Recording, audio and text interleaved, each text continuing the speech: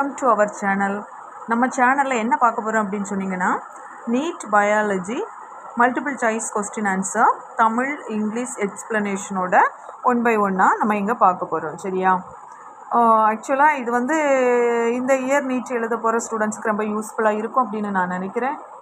So பாருங்கள், நீங்கள் படித்து பாருங்கள் எப்படி இருக்குது, இது ஓகேயாக எடுத்துருக்கிறது இல்லை இன்னும் ஸ்லோவாக சொல்லணுமா ஃபாஸ்ட்டாக சொல்லணுமா அப்படிங்கிறத நீங்கள் வந்து படித்து பார்த்துட்டு கமெண்டில் சொல்லுங்கள். சரியா? ஓகேயா? வாங்க நம்ம 1 by 1 பார்க்கலாம். சரியா? இன்றைக்கி நம்ம என்ன பார்க்க போகிறோம் அப்படின்னு சொன்னிங்கன்னா, ஆக்சுவலாக ஃபஸ்ட் யூனிட்டில் 4th சாப்டர் இருக்குது, உங்களுக்கு தெரியும்ல. அதில் ஃபர்ஸ்ட்டு சாப்டர் தி லிவிங் வேர்ல்டு வந்து நம்ம கொஞ்சம் கொஸ்டின்ஸ் இன்றைக்கி நம்ம பார்க்கலாம். சரியா? வாங்க பார்க்கலாம். ஃபஸ்ட்டு கொஸ்டின் என்ன அப்படின்னு சொன்னிங்கன்னா, பாருங்கள் என்ன கொடுத்துருக்காங்க. What is living? What is living? சரியா? இது வந்து ஒரு கூடிய ஃபர்ஸ்ட் சாப்டர்ல உள்ள சப் டாபிக் லிவிங். இதில் உள்ள கொஸ்டின்ஸ் தான் நம்ம இன்னைக்கு பார்க்க போகிறோம். ஹலோ ஸ்டூடெண்ட்ஸ், பாருங்க. ஃபர்ஸ்ட் கொஸ்டின் என்ன கேட்டிருக்காங்க. Which two of the below given points are known as the twin characteristics of growth? இன்னொருக்கா சொல்கிறேன். which two of the below given points are known as the twin characteristics of growth? சரியா? So இந்த கொஸ்டினுக்கு என்ன meaning சொன்னீங்கன்னா, ஒரு உயிரினம், ஒரு லிவிங் ஆர்கானிசம் வந்து க்ரோத் ஆகிருக்கு அப்படின்னு நம்ம சொல்லுவோம் இல்லையா? எதை வச்சு அந்த லிவிங் ஆர்கானிசம் க்ரோத் ஆகிருக்கு அப்படின்னு நம்ம சொல்லுவோம். ஆக்சுவலாக இந்த என்சிஆர்டி புக்கில் நமக்கு வந்து 2 ட்வின் கேரக்டர்ஸ் வந்து கொடுத்துருக்காங்க. என்னெல்லாம் அப்படின்னு சொன்னீங்கன்னா, ஃபஸ்ட்டு 2 ஆப்ஷன் கொடுத்துருக்காங்க பாருங்கள். Increases in mass and increases in number of individuals. ஓகேயா? ஸோ இன்க்ரீசஸ் இன் மாஸ் அப்படின்னு சொன்னால் என்ன சொல்லலாம். இன்க்ரீசஸ் இன் மாஸ் அப்படின்னு சொன்னீங்கன்னா, ஒரு உயிரினத்தோட, அதாவது ஒரு லிவிங் ஆர்கானிசத்தோட பாடி சைஸும் பாடி மாஸ் இன்க்ரீஸ் இருக்கும்ல, அதுதான் இன்க்ரீசஸ் இன் மாஸ் அப்படின்னு சொல்லுவோம் இல்லையா? அதாவது இன்னைக்கு நம்ம ஒரு லிவிங் ஆர்கானிசம் பார்க்குறோம். அது அனிமலோ இன்னைக்கு இருக்கு. ஒரு 1 வீக் கழிச்சு பார்க்கும்போது இந்த லிவிங் பாடி இன்க்ரீஸ் ஆயிருக்கு. நம்ம சொல்றோம் வளர்ந்துச்சு அப்படின்னு சொல்றோம். நம்ம சொல்றோம் சைஸ் அதோட இன்க்ரீஸ், வந்து க்ரோத் ஆயிடுச்சு. அனிமலோ பிளான்டோ எனி ஒன் க்ரோத் ஆயிருக்குன்னு சொல்லுவோம். அப்படி தானே? அப்போ increases in mass is one of the important growth characters. ஓகேயா? ஸோ செகண்ட் ஆப்ஷன் பாருங்க. Increases in number of individuals. ஓகேயா? So increases in number of individuals. சரியா? ஸோ இது வந்து ஒரு கேரக்டர். நம்பர் ஆஃப் இன்க்ரீசஸ் ஆகுறதும் ஒரு க்ரோத் கேரக்டர் தான். சம் யூனிசெல்லுலார் ஆர்கானிசத்தில், சரியா, சிங்கிள் செல் ஆர்கானிசம் இருக்கும் பாருங்க, அதில் தான் increases in number of individuals கூட one of the important growth characters சொல்லுவோம். சரியா? ஸோ பாருங்களேன். This is mainly seen in unicellular organisms when one cell divided into 2.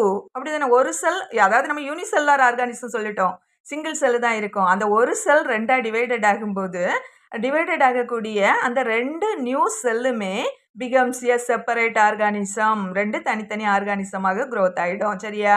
So the number of individual increase. ஒரு cell வந்து 2 divided ஆகி 2 separate ஆர்கானிசமாக form ஆகிருக்கு இல்லையா? அப்போ இப்போ பாருங்க, இங்கே வந்து என்ன சொல்லுவோம், இண்டிவிஜுவல் வந்து என்ன இருக்குது, ஆக்சுவலாக இன்க்ரீசஸ் ஆகிருக்கு. அப்படி தானே? நம்பர் ஆஃப் இண்டிவிஜுவல் 1 2 ஆயிடுச்சு. சரியா?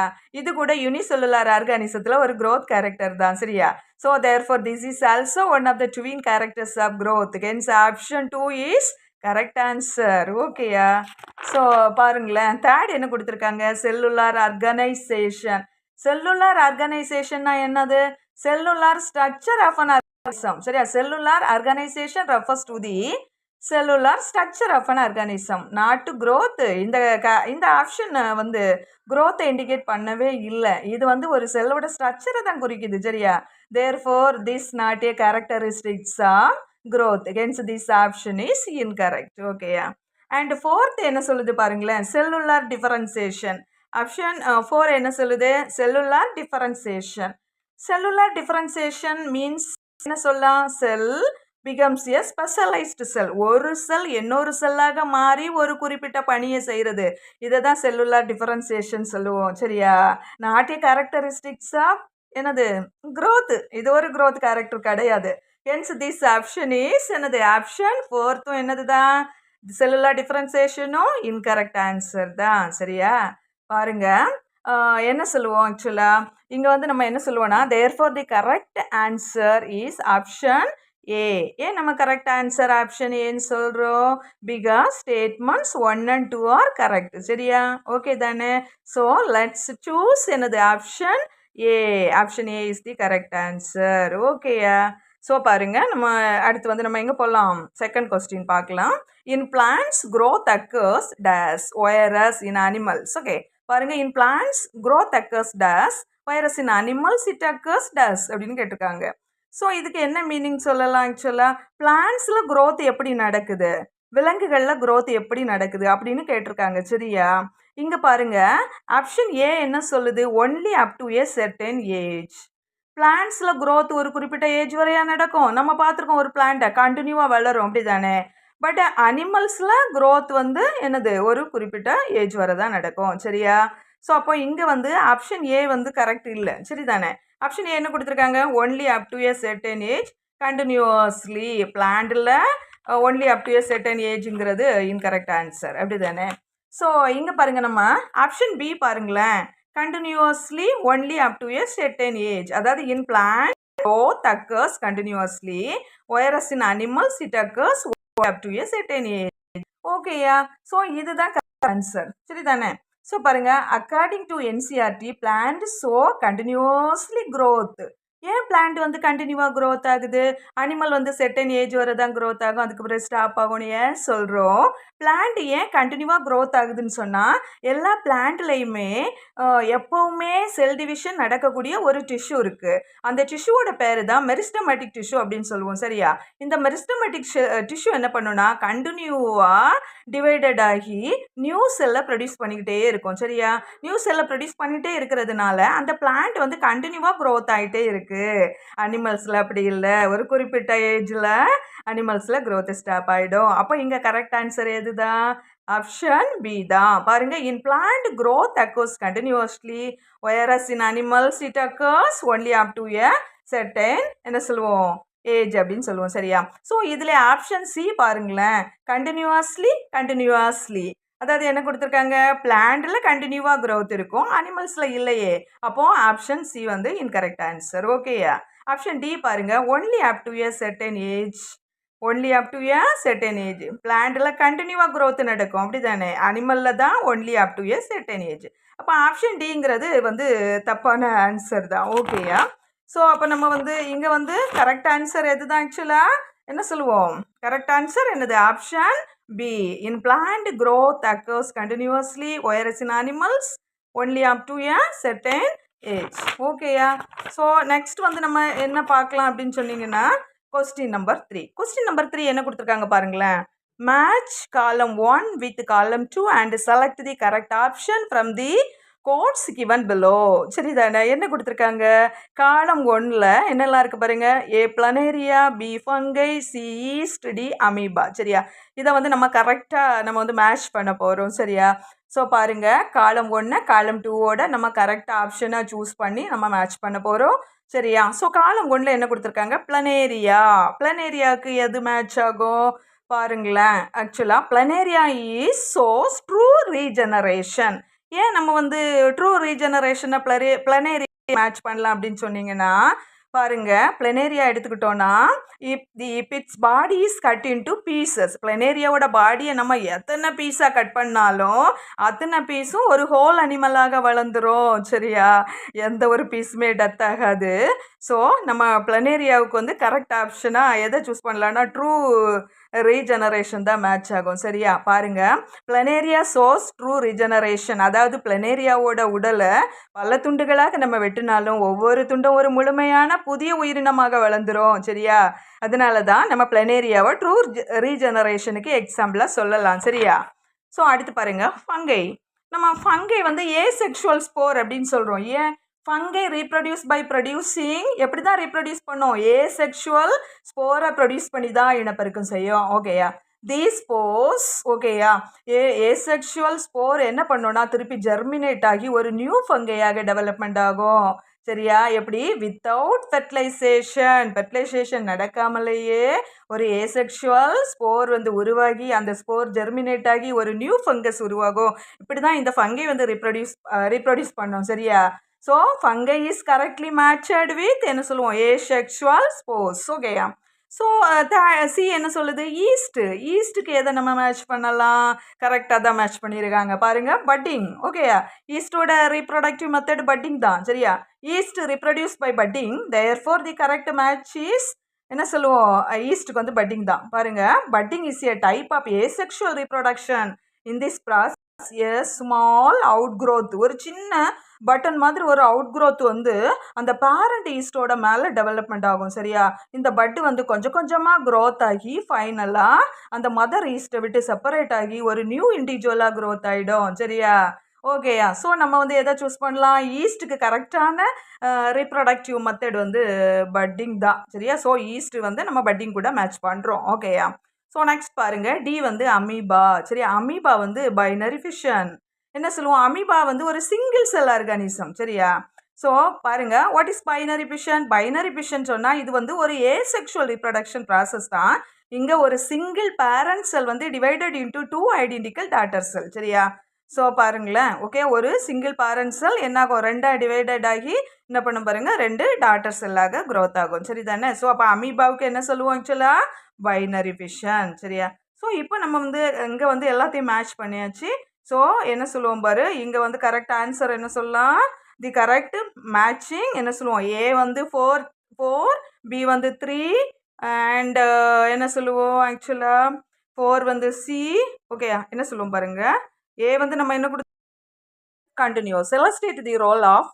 இதுக்கு என்ன மீனிங்? என்ன சொல்றாங்க? The statement nothing lives for ever yet life continues. illustrate the role of. என்னெல்லாம் கொடுத்துருக்காங்க பாருங்களேன். Embryogenesis, morphogenesis, replication, reproduction. So இந்த கொஸ்டினுக்கு என்ன மீனிங் அப்படின்னா, எந்த உயிரினமும் நிரந்தரமாக வாழாது அப்படி தானே? ஆனால் உயிர் வந்து கண்டினியூவாக நிலைச்சிருக்கு அப்படின்னு சொல்லக்கூடிய இந்த கூற்றை விளக்கக்கூடிய ஆப்ஷன் எது அப்படின்னு கேட்டிருக்காங்க. இங்கே நம்ம ரீப்ரொடக்ஷனை சூஸ் பண்ணலாம். ஏன் ரீப்ரொடக்ஷனா என்ன பாருங்க, the statement means that individual organisms dies. சரியா? ஏன் நம்ம வந்து ரீப்ரொடக்ஷனை சூஸ் பண்ணுறோம் அப்படின்னு சொன்னால் பாருங்களேன், ஒரு இண்டிவிஜுவல் ஆர்கானிசம் வந்து டெத் ஆயிரும், ஆனாலும் லைஃப் வந்து கண்டினியூவாக இருந்துட்டு இருக்குன்னு சொல்கிறோம். ஏன் அப்படின்னு சொன்னீங்கன்னா பாருங்கள், life continues through the production of new organism. ஓகேயா? இதை தான் நம்ம ரீப்ரொடக்ஷன் அப்படின்னு சொல்லுவோம். அப்படி தானே? This continuity of life is possible due to என்ன காரணம்? இன்னைக்கு லைஃப் கண்டினியூவாக நடந்துட்டு இருக்குன்னா அதுக்கு காரணம் ரீப்ரொடக்ஷன் தான். தேர்ஃபோர் தி கரெக்ட் ஆன்சர் என்னதான்? கரெக்டான ஆன்சர் ரீப்ரொடக்ஷன் தான். சரியா? ஒரு இண்டிவிஜுவல் ஆர்கானிசம் டெத் ஆகிடும். ஓகே, எந்த உயிரினமும் நிரந்தரமாக வாழாது, ஆனால் உயிரினக்கு கண்டினியூவாக லைஃப் வந்து தொடர்ந்து நடந்துட்டு இருக்கு அப்படின்னு சொன்னால் நியூ ஆர்கானிசம் வந்து ப்ரொடக்ஷன் ஆகுறதுனால தான். ஸோ நம்ம ஆப்ஷன் ரீப்ரொடக்ஷன் ஆப்ஷன் டி ரீப்ரொடக்ஷனை சூஸ் பண்ணிக்கலாம். ஓகேயா? ஸோ மற்ற ஆப்ஷன் எல்லாம் தப்பு. ஏன் அப்படின்னு சொன்னீங்கன்னா, ஃபஸ்ட்டு எம்ப்ரியோஜென்சிஸ்னா என்ன பாருங்க. ஜெனிசிஸ்னா என்னது? உருவாகிறது. ஃபார்மேஷன். எம்ப்ரியோனா கரு. அப்படி தானே? அப்போது எம்ப்ரியோஜென்சிஸ்னா ஃபார்மேஷன் ஆஃப் என்னது? Embryo only. ஓகேயா? இதுவும் இந்த ஸ்டேட்மெண்ட்டுக்கும் எந்த ஒரு இதுவும் ரிலேஷனும் இல்லை. ஓகேயா? ஸோ பாருங்கள், ஆப்ஷன் பி மார்போஜென்சிஸ்னா development of body form and structure. சரியா? ஒரு லிவிங் ஆர்கானிசத்தோட என்னது பாடி சைஸையும் அது ஃபார்ம் ஆகக்கூடிய மெத்தடையும் சொல்லுது. ஸோ இதுவும் இன்கரெக்ட் ஆன்சர் தான். ஸோ சி வந்து ரெப்ளிகேஷன்னாக்கி வந்து what is replication? Copying of DNA அப்படின்னு சொல்லுவோம். சரியா? ஒரு ஹோல் ஆர்கானிசம் ஃபார்ம் ஆகுறது இல்லை, ஒன்லி டிஎன்ஏ காப்பி ஆகுறது. சரியா? நடக்கிறதுக்கு முன்னால என்ன நடக்கும்? உள்ள சரியா? ஒரு டிஎன்ஏ மாலிகுல் 2 ஐடென்டிக்கல் காப்பியாக வந்து ஃபார்ம் ஆகும். இது வந்து செல் டிவிஷனுக்கு தேவையான ஒரு ப்ரிப்பரேஷன் ப்ராசஸ் தான். இதை தான் நம்ம டிஎன்ஏ ரெப்ளிகேஷன் அப்படின்னு சொல்லுவோம். சரியா? ரெப்ளிகேஷன் சொல்லுவோம். இது வந்து இங்கே இன்கரெக்ட் ஆன்சர். ஓகேயா? ஸோ அப்போ இந்த the statement nothing lives for ever yet life continues. illustrate the role of என்னது? ஆன்சர் டி ரீப்ரொடக்ஷன் தான். ஓகேயா? ஸோ நெக்ஸ்ட் ஒன் பாருங்க. 5th கொஸ்டின் என்ன சொல்லுது? which of the following groups consist of organisms which multiply by fragmentation? சரியா? கீழே வந்து நிறைய ஒரு option A B C D இருக்குது. இதில் வந்து டிஃப்ரெண்ட் குரூப் ஆஃப் ஆர்கானிசம்ஸ் இருக்குது. ஸோ பாருங்கள், எந்த குரூப்பில் வந்து ஃப்ராக்மெண்டேஷன் மூலமாக மல்டிப்ளிகேஷன் நடக்கும் அப்படின்னு கேட்டிருக்காங்க. ஸோ என்ன சொல்லலாம் பாருங்கள். என்ன சொல்லுவோம் ஆக்சுவலாக இந்த 5th கொஸ்டின்ஸ்லாம் நம்ம எது கரெக்டான ஆன்சர் அப்படின்னு சொல்லலாம். பாருங்கள், ஃப்ராக்மெண்டேஷன் அப்படின்னா ஃபஸ்ட்டு என்ன அப்படின்னு பார்க்கலாம். What is fragmentation? என்ன சொல்லுவோம்னா, ஃப்ராக்மெண்டேஷன் மூலமாக இனப்பெருக்கம் செய்யக்கூடிய குரூப் எது அப்படின்னு கேட்டிருக்காங்க. பாருங்க, ஃப்ராக்மெண்டேஷன் வந்து ஒரு என்ன சொல்லுவோம், ஏசெக்ஷுவல் மோட் ஆஃப் ரீப்ரொடக்ஷன். சரியா? அதாவது பாலின சேர்க்கை இல்லாத இனப்பெருக்க முறைன்னு சொல்லுவோம். ஓகேயா? In this process the parent organism வந்து பிரேக் ஆகும் சின்ன சின்ன ஃப்ராக்மெண்ட்டாக. சரியா? ஒவ்வொரு ஃப்ராக்மெண்ட்டும் ஒரு நியூ ஆர்கானிசமாக க்ரோத் ஆகும். சரியா? இப்போ பாருங்க, அப்போ எந்த ஆப்ஷனில் உள்ள ஆர்கானிசத்துல எல்லாம் ஃப்ராக்மெண்டேஷன் மூலமாக மல்டிப்ளிகேஷன் நடக்குது? ஃபர்ஸ்ட்டு ஆப்ஷன் ஏ என்ன கொடுத்துருக்காங்க? Earthworm, amoeba, fungi. This is incorrect because earthworm and amoeba do not reproduce by fragmentation. So, A வராது. சரியா? Incorrect answer. B பாருங்க, என்ன கொடுத்துருக்காங்க? earthworm, fungi, bacteria. This is also incorrect because earthworm and bacteria do not reproduce by என்னது fragmentation. ஓகேயா? So option C தான் இங்கே correct answer. பாருங்களேன், fungi, filamentous algae, protonema of moses கொடுத்துருக்காங்க. ஸோ இங்கே எடுத்துக்கிட்டிங்கன்னா இது கரெக்ட் ஆன்சர் தான். இந்த fungi, filamentous algae, protonema of moses can reproduce by fragmentation. சரியா? Option D, this is incorrect because amoeba reproduce by binary fission, hydra by budding and bacteria வந்து எப்படி reproduce பண்ணோன்னா மெயின்லி by binary fission தான். சரியா? So பாருங்கள், இங்கே therefore the correct answer is option C தான். சரியா? ஓகேயா? புரோட்டீனிமா ஆஃப் மோசஸ்ன்னு இருக்குல்ல, இது என்னன்னு தெரியுமா? மோசஸ் அப்படின்னா இது வந்து ஸ்மால் க்ரீன் கலர் நான் ஃப்ளவரிங் பிளான்ட். ஓகேயா? இது வந்து ப்ரையோபைட்ஸ் குரூப் தான். இது வந்து இதோட இனிஷியல் ஸ்டேஜில் இது வந்து ரொம்ப ஒரு த்ரெட் லைக் ஸ்டேஜாக இருக்கும். இந்த மாஸ் எப்படி இருக்கும்னா ஒரு த்ரெட் லைக் ஸ்டேஜில் இருக்கும், பார்க்குறதுக்கு நூல் போல் இருக்கும். சரியா? இந்த இனிஷியல் ஸ்டேஜை தான் நம்ம என்ன சொல்லுவோம்னா புரோட்டோனிமா அப்படின்னு சொல்லுவோம். ஓகேயா? புரோட்டோனிமா வந்து எப்படி ரீப்ரொடியூஸ் பண்ணோன்னா ஃப்ராக்மெண்டேஷன் மூலமாக தான். புரோட்டோனிமா ஆஃப் மாசஸ்னால் வேறு ஒன்றும் இல்லை, இது தான். சரியா? ஒரு ஸ்மால் க்ரீன் நான் ஃப்ளவரிங் பிளான்ட், வேறு ஒன்றும் இல்லை. ஓகேயா? ஓகேயா? Hello students, 5th question okay தானே? நம்ம இப்போ 6th கொஸ்டின் பார்க்கலாமா? 6th கொஸ்டின் என்ன கேட்டிருக்காங்க பாருங்களேன். Which of the following organisms does not reproduce அப்படின்னு கேட்டிருக்காங்க. அதாவது கீழ்கண்ட ஆர்கானிசத்தில் எது வந்து ரீப்ரொடியூஸ் பண்ணாது அப்படின்னு கேட்டிருக்காங்க. ஆப்ஷன் ஏ வந்து மியூல் கொடுத்துருக்காங்க, ஆப்ஷன் பி வந்து ஒர்க்கர் பி, ஆப்ஷன் சி வந்து infertile human female, all of திஸ்னு கொடுத்துருக்காங்க. சரியா? இதில் எந்த ஆப்ஷன் கரெக்டு நம்ம பார்க்கலாமா? ஆப்ஷன் ஏ வந்து மியூல் கொடுத்துருக்காங்க. சரி தானே? மியூல் அப்படின்னா நம்ம என்ன சொல்லுவோம்? கோவேறு கழுதைன்னு சொல்லுவோம். சரியா? கோவேறு கழுதை, அதாவது இந்த மேல் டாங்கியும் ஃபீமேல் ஹார்ஸும் கிராஸ் பண்ணி உருவான அந்த யங் ஒன் தான் மியூல் அப்படின்னு சொல்லுவோம். சரியா? இந்த மியூல் வந்து ஒரு ஸ்டெரைல் ஹைப்ரிட். சரியா? இது வந்து ரீப்ரொடியூஸ் பண்ணாது. ஏன் ரீப்ரொடியூஸ் பண்ணாதுன்னு சொல்லவா? பாருங்களேன், அந்த ஹார்ஸுக்கு வந்து 64 குரோமோசோம் இருக்கும், டாங்கிக்கு 62 குரோமோசோம் இருக்கும். இந்த ரெண்டும் கிராஸ் பண்ணி உருவாகக்கூடிய, அதாவது ரீப்ரொடியூஸ் பண்ணக்கூடிய அந்த யங் ஒன் மியூல் இருக்குல்ல, அது பார்த்தோன்னா 63 குரோமோசோம் தான் அந்த மியூலுக்கு இருக்கும். சரியா?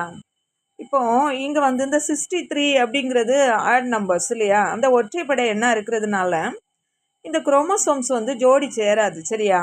அதனால் மியூல் வந்து ரீப்ரொடியூஸ் பண்ணாது. சரியா? மியூல் வந்து எப்போவுமே ஸ்டெரைல் தான். சரியா? அடுத்தால ஒர்க்கர் பி பாருங்கள். ஒர்க்கர் பி உங்களுக்கு நல்லா தெரியும், இது வந்து ஃபிமேல், வேலைக்கார தேனி, பெண் தான். சரி தானே? ஃபீமேலாக இருந்தாலும் இது வந்து ஸ்டெரைல் தான். சரியா? So it cannot reproduce. சரியா? ஒர்க்கர் பியும் இனப்பெருக்கம் செய்யாது, ஸ்டெரைல் தான். ஓகேயா? And infertile human female, third answer பாருங்கள், தேர்ட் ஆப்ஷன். அதாவது இன்ஃபர்டைல்னு கொடுத்துட்டாங்க. இன்ஃபர்டைல் அப்படின்னாலே கருவுற முடியாத என்னது பெண் அப்படின்னு கொடுத்துருக்காங்க. சரியா? அப்போ கருவுற முடியாத பெண், இன்ஃபர்டைல் ஃபீமேல் வந்து என்ன சொல்லுவோம்? Cannot reproduce. ஓகேயா? ஏன்னா she is unable to conceive. ஓகேயா? அப்போ இந்த மூணுமே என்ன பண்ணாது? ரீப்ரொடியூஸ் பண்ணாது. சரியா? அப்போ நம்ம வந்து ஆன்சர் என்ன கொடுக்கணும்? ஆல் ஆஃப் தீஸ் தான். ஆன்சர் டி தான் சூஸ் பண்ணணும். சரியா? அப்போ இங்கே கரெக்ட் ஆன்சர் ஆப்ஷன் டி. ஓகேயா? ஸோ நெக்ஸ்ட் பாருங்கள், 7th கொஸ்டின் என்ன சொல்லலாம்? Read the following statements and select the correct option. கீழே வந்து 2 ஸ்டேட்மெண்ட் கொடுத்துருக்காங்க, இதை வந்து நம்ம ரீட் பண்ணி கரெக்டான ஆப்ஷனை சூஸ் பண்ணணும் அப்படின்னு கேட்டிருக்காங்க. சரியா? ஸ்டேட்மெண்ட் 1 பாருங்க, ரீப்ரொடக்ஷன் கனாட் என்ன சொல்லுவோம், cannot be considered as defining property of living organisms அப்படின்னு கொடுத்துருக்காங்க. சரியா? அதாவது என்ன சொல்கிறாங்க பாருங்க, ஃபஸ்ட்டு ஸ்டேட்மெண்ட் என்ன சொல்லுதுன்னா, இனப்பெருக்கம் மட்டும் உயிரினங்களின் அடையாள பண்பாக கருத முடியாது. கரெக்டு தானே? சரியா? அதாவது ஒரு லிவிங் ஆர்கானிசத்தோட டிஃபைனிங் ப்ராப்பர்ட்டி அப்படின்னு சொன்னோன்னா, நம்ம வந்து consciousness and response to the external ஸ்டிமுலை தான் சொல்லுவோம். சரியாப்பா? அப்போ இங்கே வந்து இந்த என்ன சொல்லுவோம், இந்த ஃபஸ்ட்டு ஸ்டேட்மெண்ட் வந்து இங்கே கொடுத்துருக்கிறது வந்து என்ன கொடுத்துருக்காங்க பாருங்கள், reproduction cannot be considered as defining property of living ஆர்கானிசம்ங்கிறது நமக்கு கரெக்டு தான். சரியா? இனப்பெருக்கம் மட்டுமே உயிரினங்களின் அடையாள பண்பாக கருத முடியாது. சரியா? ஸோ அடுத்தால பாரு, ஸ்டேட்மெண்ட் 2 பாருங்க, there are many living organisms which do not reproduce. நம்ம ஏற்கனவே இது படிச்சிருக்கோம்ல, மியூல் அண்ட் ஒர்க்கர் பி, நம்ம இப்போ தானே படித்தோம். இந்த ரெண்டுமே ஸ்டெரைல். சரியா? அதனால cannot reproduce, இனப்பெருக்கம் செய்யாது. பாரு, there are many living organisms which do not reproduce. Example என்னது, மியூல் அண்ட் என்னது, ஒர்க்கர் பி. சரி, இந்த ரெண்டு ஸ்டேட்மெண்ட்டுமே நமக்கு கரெக்டு தான். சரியா? ஓகேயா? அப்போ எந்த ஆன்சர் நம்ம சூஸ் பண்ணலாம்? ஆன்சர் ஏ பாருங்க, both statements 1 and 2 are correct. Correct தானே? அப்போ இங்கே கரெக்ட் ஆன்சர் ஆப்ஷன் ஏ தானே? சரியா? ரெண்டு ஸ்டேட்மெண்ட்டுமே கொடுத்துருக்கிறது கரெக்டு தான். ஸோ நம்ம வந்து இப்போ ஆப்ஷன் ஏயை வந்து சூஸ் பண்ணலாம்ப்பா. Both statement 1 and 2 are correct. சரியா? அடுத்து பாருங்க, statement 1 is correct but statement 2 is incorrect. இது வந்து கரெக்ட் ஆன்சர் இல்லை. அடுத்து ஆப்ஷன் சி வந்து statement 1 is incorrect but statement 2 is correct. இதுவும் வராது. நம்ம ஆல்ரெடி ஆப்ஷன் ஏ சூஸ் பண்ணிட்டோம், அதுதான் கரெக்டு. சரியா? ஆப்ஷன் டியும் வந்து இன்கரெக்ட் ஆன்சர் தான். ஓகேயா? இப்போ பாருங்கள், next we go to 8th question. Eighth question என்ன சொல்லுது, என்ன கேட்டிருக்காங்க, which of the following statements regarding the response of living organisms to external stimuli is correct அப்படின்னு கேட்டிருக்காங்க. இதுக்கு என்ன மீனிங், கொஸ்டின் இன்னொருக்கா பார்க்கலாமா? Which of the following statements regarding the response of living organisms to external stimuli is correct. இதுக்கு என்ன meaning பாருங்களேன். External ஸ்டிமுலை அப்படின்னு சொன்னால் வெளிப்புற தூண்டுதலுக்கு லிவிங் ஆர்கானிசம்ஸ், அதாவது உயிரினங்கள் கொடுக்கக்கூடிய ரெஸ்பான்ஸை பற்றின கீழ்கண்ட ஸ்டேட்மெண்ட்ஸில் எது கரெக்டு அப்படின்னு கேட்டிருக்காங்க. சரியா? இந்த ஸ்டேட்மெண்ட் கரெக்டு. கொஸ்டின் புரிஞ்சுதா? என்ன கேட்டிருக்காங்க, எக்ஸ்டர்னல் ஸ்டிமுலை அதாவது வெளிப்புற தூண்டுதல், அந்த என்விரான்மெண்டல் ஸ்டிமுலஸ் இருக்குல்ல, அதுக்கு லிவிங் ஆர்கானிசம்ஸ் திருப்பி கொடுக்கக்கூடிய ரெஸ்பான்ஸ். சரியா? பற்றினது தான் ரெஸ்பான்ஸ் பற்றினது தான் கீழ்கண்ட ஸ்டேட்மெண்ட்டு. அதில் எது கரெக்டு அப்படின்னு கேட்டிருக்காங்க. பாருங்கள், ஃபஸ்ட்டு ஸ்டேட்மெண்ட் என்ன சொல்லுது, தி எக்ஸ்டர்னல் என்விரான்மெண்டல் ஸ்டிமுலை வந்து 3 டைப்பாக இருக்கான். எதெல்லாம்? Physical, chemical and biological. சரியா? ஃபஸ்ட்டு ஸ்டேட்மெண்ட் என்ன சொல்லுது, த எக்ஸ்டர்னல் என்விரான்மெண்டல் ஸ்டிமுலை 3 இருக்குதான், ஃபிசிக்கல், கெமிக்கல் அண்ட் பயாலஜிக்கல். இந்த ஸ்டேட்மெண்ட் வந்து கரெக்டு தான். சரியா? பாருங்கள், அதுக்கு என்ன மீனிங் இந்த ஃபஸ்ட்டு ஸ்டேட்மெண்ட்டுக்கு, வெளிப்புற தூண்டுதல்கள் அதாவது என்விரான்மெண்டல் ஸ்டிமுலஸ் வந்து ஃபிசிக்கல், கெமிக்கல், பயாலஜிக்கல் அப்படின்னு 3 வகையாக இருக்குது அப்படின்னு சொல்கிறாங்க. இது கரெக்டு தான்ப்பா. உங்களுக்கு தெரியும்ல, ஃபிசிக்கல் ஸ்டேட்மெண்ட் அப்படின்னு சொன்னால் என்ன, ஃபிசிக்கல் ஸ்டேட்மெண்ட்டில் ஸ்டிமுலஸ் அப்படின்னா என்ன சொல்லுங்கள், ஃபிசிக்கல் ஸ்டிமுலஸ் அப்படின்னு சொன்னால் என்னது, லைட்டு, டெம்பரேச்சர், சவுண்டு, ப்ரெஷர், இது எல்லாமே என்னது தான், ஃபிசிக்கல் ஸ்டிமுலஸ் தான். சரியா? பாருங்கள், இப்போ ஒரு எக்ஸாம்பிள் சொல்லலாம். ஃபிசிக்கல் ஸ்டிமுலஸில் நம்ம லைட்டு, டெம்பரேச்சர், சவுண்டு, ப்ரெஷர் எல்லாம் சொன்னோம் இல்லையா? இப்போ நம்ம லைட்டு பார்க்கலாம். இப்போ பாருங்களேன், லைட்டு எந்த டைரக்ஷன்லேருந்து லைட் வருதோ அந்த டைரக்ஷன் நோக்கி தான் பிளான்ட்டு க்ரோத் ஆகும். நம்ம எல்லோரும் பார்த்துருப்போம், நம்ம வீட்டில் இருக்கக்கூடிய பிளான்ட் கூட அப்படி தானே, லைட் வர டைரக்ஷனை நோக்கி தான் பிளான்ட்டு க்ரோத் ஆகும். சரியா? இப்போ பாருங்க, நம்ம ஃபர்ஸ்ட் ஸ்டேட்மெண்ட்ல கொடுத்துருக்காங்க, the external environmental stimulus can be physical, chemical R biological. Chemical stimulus அப்படின்னா என்னது, இப்போ ஒரு சுகரையோ ஸ்வீட்டையோ நம்மளோட நாக்கில் வைக்கிறோம். சரியா? நம்மளோட நாக்கில் என்ன இருக்குது, டங்கில் டேஸ்ட் ரிசெப்டார்ஸ் இருக்குது. சரியா? உடனே நம்மளோட டங்கில் உள்ள டேஸ்ட் ரிசெப்டார்ஸ் வந்து அந்த சுகரையோ ஸ்வீட்டையோ இது வந்து ஒரு கெமிக்கல் ஸ்டிமுலஸ் அப்படி தானே ரெஸ்பான்ஸ் பண்ணி என்ன பண்ணுது, ஒரு ஸ்வீட்டு டேஸ்ட்டை வந்து நம்மளோட டங்கில் உள்ள அந்த ரிசெப்டார்ஸ் வந்து ப்ரொடியூஸ் பண்ணுது. சரியா? நம்மளோட நாக்கில் ஸ்வீட்டை வச்சோன்னா நமக்கு இனிப்பு தெரியும், அப்படி தானே? இதுதான் எக்ஸாம்பிள் ஃபார் கெமிக்கல் ஸ்டிமுலஸ் அப்படின்னு சொல்லலாம். சரியா? ஸோ அடுத்தால பாருங்கள், பயாலஜிக்கல் ஸ்டிமுலஸ் அப்படின்னு சொன்னால் ரெஸ்பான்ஸ் டு அதர் ஆர்கானிசம்ஸ். இன்னொரு ஆர்கானிசத்துக்கு நம்ம ரெஸ்பான்ஸ் பண்ணுறது எப்படி? ஒரு மஸ்கிட்டோ நம்மளை வந்து கடிக்குது, கடிச்சோன்னே நம்ம என்ன பண்ணுவோம்? நம்ம கையெடுத்து அதை அடிப்போம், அப்படி தானே? இதை தான் என்ன சொல்லுவோம்? பயாலஜிக்கல் ஸ்டிமுலஸ் அப்படின்னு சொல்லுவோம். சரியா? ஏ மஸ்கிட்டோ பைட் காசஸ். மஸ்கிட்டோ கடிச்சோன்னே நமக்கு என்ன இருக்கும்? இரிட்டேஷன். உடனே நம்ம என்ன பண்ணுவோம்? அதுக்கு ரெஸ்பாண்ட் பண்ணி by scratching or removing it, அதை வந்து சுரண்டுவோம், அப்படி தானே? அந்த கையெடுத்து அடிப்போம், அந்த மஸ்கிட்டோ அடித்து ரிமூவ் பண்ணிவிடுவோம். சரியா? இதான் என்ன சொல்லுவோம்? Response to other organism. சரியா? இதுதான் ஆப்ஷன் 1. ஆப்ஷன் 2 என்ன கொடுத்துருக்காங்க?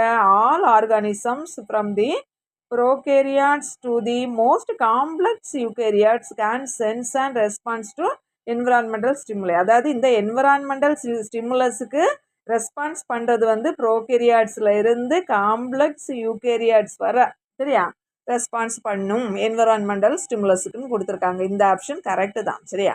பாரு, all organisms from prokaryotes to the most complex eukaryotes can sense and response to environmental stimulus. சரியா? கரெக்ட் தானே? ஸோ பாருங்க, என்ன சொல்லுவோம்? அதாவது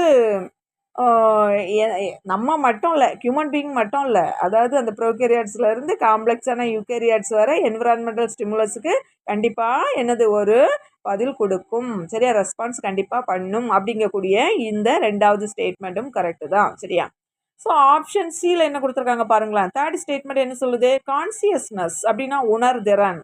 அண்ட் உணர்திறனும், அதாவது இந்த என்விரான்மெண்டல் ஸ்டிமுலஸை நம்ம உணர்ந்து அதுக்கு ஒரு ரெஸ்பான்ஸ் பண்ணுறோம். சரியா? அதை தான் இங்கே சொல்கிறாங்க.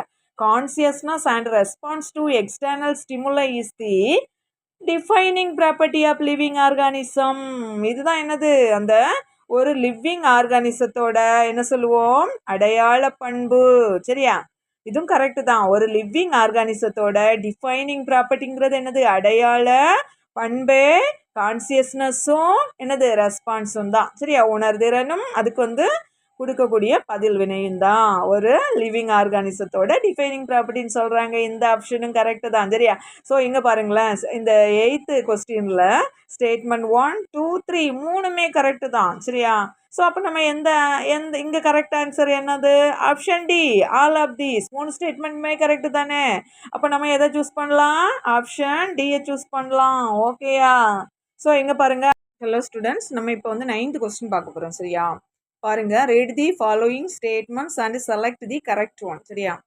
கீழே உள்ள ஸ்டேட்மெண்ட்டை வந்து ரீட் பண்ணி கரெக்ட் ஒன்னை சூஸ் பண்ணி சொல்லியிருக்காங்க. ஸ்டேட்மெண்ட் 1 என்ன சொல்லுது பாரு? Increases in mass and increases in number of individuals are twin characteristics of growth அப்படின்னு சொல்கிறாங்க. என்ன சொல்கிறாங்க? இன்க்ரீசஸ் இன் மாஸும் இன்க்ரீசஸ் இன் நம்பர் ஆஃப் இண்டிவிஜுவலும் தான் க்ரோத்தோட ட்வின் கேரக்டர்ஸ் சொல்கிறாங்க. இது கரெக்டு தானே? நம்ம ஆல்ரெடி இது படிச்சிருக்கோம் தானே? பார்த்தோம்ல கொஸ்டின் நம்பர் 1ல். பாருங்க, என்ன சொல்லலாம்? அதாவது உடலின் நிறை அதிகரிக்கிறதும், சரியா, ஒரு லிவிங் ஆர்கானிசத்தோட உடலோட சைஸ், அப்படி தானே, வெயிட், பாடி மாஸ் அப்படின்னு சொல்லுவோம். உடலின் நிறை அதிகரிக்கிறதும் செல்கள் பிரிந்து உயிரினங்களின் எண்ணிக்கை அதிகரிப்பதும் தான் குரோத்தோட ட்வின் கேரக்டர்ஸ். சரியா? இந்த ஸ்டேட்மெண்ட் வந்து கரெக்டு தான். சரியா? அதாவது ஒரு சிங்கிள் செல் ஆர்கானிசமாக இருந்தாலும் multi cellular organisms, for example human பீயிங்காக இருந்தாலும் both the increases in their body mass and the increases in number of individuals through cell divisions are considered as என்ன சொல்லுவோம்? growth அப்படின்னு தான் சொல்லுவோம். therefore என்ன சொல்லலாம்? this statement is absolutely correct. ஓகேயா? ஃபர்ஸ்ட் ஸ்டேட்மெண்ட் வந்து கரெக்டு தான். சரியா? செகண்ட் ஸ்டேட்மெண்ட் பாருங்க, என்ன சொல்லுது? metabolic reaction can be demonstrated outside the body is isolated cell-free system அப்படின்னு சொல்கிறாங்க. இந்த ஸ்டேட்மெண்ட் என்ன சொல்லுது தெரியுமா? அதாவது மெட்டபாலிக் ரியாக்ஷன் அப்படின்னா வளர்சிதை மாற்றம் வினைகள் அப்படின்னு சொல்லுவோம் இல்லையா? அதாவது பாருங்க, வளர்சிதை மாற்ற வினைகள், அதாவது இந்த மெட்டபாலிக் ரியாக்ஷனை நம்ம பாடிக்குள்ளே நடக்கும்ல, அதே மெட்டபாலிக் ரியாக்ஷனை outside of the body உயிரணுக்கள் இல்லாத ஒரு சோதனை சூழலில் கூட, சரியா, நம்ம பண்ணலாம் அப்படின்னு சொல்கிறாங்க. எப்படின்னு பாருங்க, அதாவது மெட்டபாலிக் ரியாக்ஷன் நம்மளோட பாடியில் நடக்கும்ல, அது அவுட் சைட் ஆஃப் த பாடியில். இப்போ ஃபார் எக்ஸாம்பிள் ஒரு லேபில் ஒரு டெஸ்ட் டியூப்பில் ஓகேயா, எந்த ஒரு செல்லும் இல்லாத என்ன சொல்லுவோம்? செல் ஃப்ரீ சிஸ்டத்தில் கூட நம்ம மெட்டபாலிக் ரியாக்ஷனை செய்து காணிக்க முடியும் அப்படின்னு இந்த செகண்ட் ஸ்டேட்மெண்ட் சொல்லுது. சரியா? ஃபார் எக்ஸாம்பிள் நம்மளோட பாடியில் வந்து என்ன சொல்லுவோம்? குளுக்கோஸ் வந்து பிரேக் டவுன் ஆகும். அந்த நம்ம ஒரு லேப்ல ஒரு டியூப் வச்சு எந்த ஒரு செல்லும் இல்லாத ஒரு சுச்சுவேஷன்ல நம்ம அந்த குளுக்கோஸ் பிரேக் டவுன் ஆகக்கூடிய அந்த ரியாக்ஷனை நம்ம செய்து காமிக்க முடியும். சரியா? கரெக்ட் தானே? இதுதான் இந்த ஸ்டேட்மெண்ட் சொல்லுது. Metabolic reaction can be demonstrated outside the body in isolated என்னது செல் ஃப்ரீ சிஸ்டம். சரியா? பாடிக்குள்ள நடக்கக்கூடிய அதே என்னது சிஸ்டத்தெல்லாம் நம்ம அவுட் சைட் ஆஃப் த பாடி செய்ய முடியும் அப்படிங்கிறது தான் செகண்ட் ஸ்டேட்மெண்ட். இதுவும் கரெக்டு தான். சரியா? தேர்டு என்ன சொல்லுது பாருங்களேன். தேர்ட் ஸ்டேட்மெண்ட் என்ன சொல்லுது? Response to stimuli is a defining property of living organism. Correct தானே? நான் ஃபர்ஸ்ட்லேயே சொன்னேன். கான்சியஸ்னஸும் உணர்திறனும் அண்ட் ரெஸ்பான்ஸ் டு ஸ்டிமுலை, சரியா, வெளிப்புற தூண்டுதலை அப்சர்வ் பண்ணுறதும் அதுக்கு பதிலளிக்கிறதும் தான் ஒரு லிவிங் ஆர்கானிசத்தோட டிஃபைனிங் ப்ராப்பர்ட்டி. ஆல்ரெடி படிச்சிருக்கிறோமா இல்லையா? சரிதானே? முன்னாடி உள்ள கொஸ்டின்ல சொன்னோம் தானே. Response to stimuli is a defining property of living organism. சரியா? புரிஞ்சுதா? ஒரு உயிரினத்தோட அடையாள பண்பு என்னது? வெளிப்புற தூண்டலுக்கு பதிலளிக்கிறது தான். பதிலளிக்கிறதா நம்ம என்ன சொல்லுவோம்? ரெஸ்பான்ஸ் சொல்லுவோம். ஓகேயா? அப்போ இந்த தேர்ட் ஸ்டேட்மெண்ட்டும் கரெக்ட் தான்ப்பா. அதாவது ஸ்டேட்மெண்ட் 1, 2, 3 இங்க மூணுமே கரெக்ட் தான். அப்போ நம்ம இங்க கரெக்ட் ஆன்சருக்கு எந்த ஆப்ஷனை சூஸ் பண்ணலாம் பாருங்க. Option D. சரியா? 1, 2 அண்ட் 3 மூணு ஸ்டேட்மெண்ட்டுமே கரெக்ட் தான். சரியா? ஸோ நம்ம வந்து ஆப்ஷன் டியை சூஸ் பண்ணலாம். கரெக்ட் ஆன்சர் ஆப்ஷன் டி தான். ஓகேயா? இப்போ பாருங்க, நெக்ஸ்ட் கொஸ்டின் போடலாமா? ஹலோ ஸ்டூடெண்ட்ஸ், பாருங்களேன். இந்த 10th கொஸ்டின் என்ன கேட்டிருக்காங்க பாருங்க. A living organism is unexceptionally differentiated from a non living structure அந்த பேசிஸ் அப்படின்னு கேட்டிருக்காங்க. இதில் வந்து 4 ஆப்ஷன் கொடுத்துருக்காங்க. நமக்கு இதில் ஆப்ஷன் டி தான் கரெக்ட் ஆன்சர். சரியா? மற்ற 3 ஆப்ஷனுமே இன்கரெக்ட் ஆன்சர். சரியா? ஏன் அப்படின்னு நம்ம 1 by 1 பார்க்கலாமா? ஃபர்ஸ்ட் பாருங்க, ரீப்ரொடக்ஷன். ஆக்சுவலாக ஃபர்ஸ்ட் ஆப்ஷன் ரீப்ரொடக்ஷன், அப்படி தானே? ரீப்ரொடக்ஷன் வந்து ஒரு என்ன சொல்லலாம், அன்எக்செப்ஷனல் கேரக்டர் அப்படின்னு நம்ம சொன்னோம். அப்படின்னு சொன்னால் எல்லா லிவிங் ஆர்கானிசமே ரீப்ரொடியூஸ் பண்ணணும். ஓகேயா? எல்லா லிவிங் ஆர்கானிசமும் இங்கே ரீப்ரொடியூஸ் பண்ணலை, அப்படி தானே? நம்ம ஆல்ரெடி பார்த்துருக்குறோம். மியூல் இருக்குது, ஒர்க்கர் பீ இருக்குது, அப்புறமா இன்ஃபர்டைல் ஹியூமன் எல்லாம் வந்து இவங்க 3 பேருமே ஸ்டெரைல், அப்படி தானே? ஸோ இந்த மாதிரி இந்த ஸ்டெரைல் ஆர்கானிசம் வந்து ரீப்ரொடியூஸ் பண்ணுமா? பண்ணாது, அப்படி தானே? ஸோ எல்லா லிவிங் ஆர்கானிசமும் ரீப்ரொடியூஸ் பண்ணாதான் நான் என்ன சொன்னேன், அன்எக்செப்ஷனல் கேரக்டர் அப்படின்னு இதை நம்ம சொல்ல முடியும். இங்கே வந்து எல்லா லிவிங் ஆர்கானிசமும் ரீப்ரொடியூஸ் பண்ணலை.